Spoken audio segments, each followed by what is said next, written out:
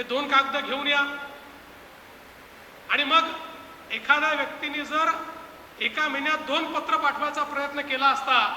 तर फारच तुम्ही पत्र पाठवता असं म्हटलं असतं। अशा प्रकारचं अतिशय सुंदर काव्य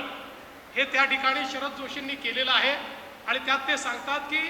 आनंद व्यक्त करतात की अशी व्यवस्था नाही तर आता जी पोस्टाची व्यवस्था आहे त्याच्यामध्ये कोणी गेलं तरी आमचं पोस्ट हे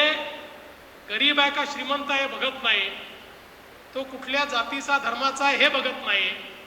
आलेल्या प्रत्येकाचं पत्र घेतं आणि ज्यापर्यंत पोचवायचं आहे त्याच्यापर्यंत पोचवतं। अशा प्रकारची ही पोस्टाची व्यवस्था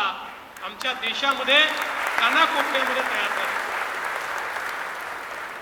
मला आठवतं मागच्या काळामध्ये एक कार्यक्रम आम्ही केला होता आणि त्या कार्यक्रमामध्ये कारगिलचं युद्ध सुरू असताना कारगिलच्या युद्धामध्ये जे आमचे सैनिक आणि अधिकारी दुर्दैवाने शहीद झाले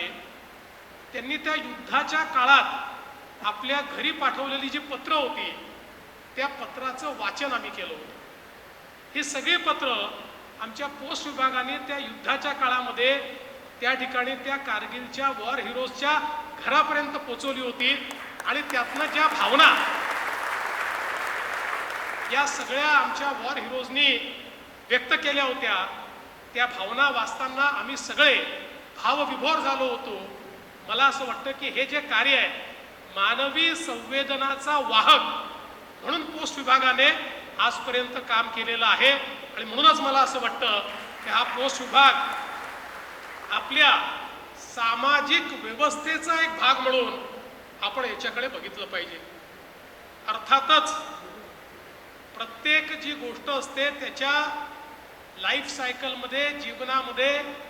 एक संक्रमणाची अवस्था असते आणि ती संक्रमणाची अवस्था ही साधारणपणे नवीन सहस्त्रक सुरू झालं आणि त्या काळामध्ये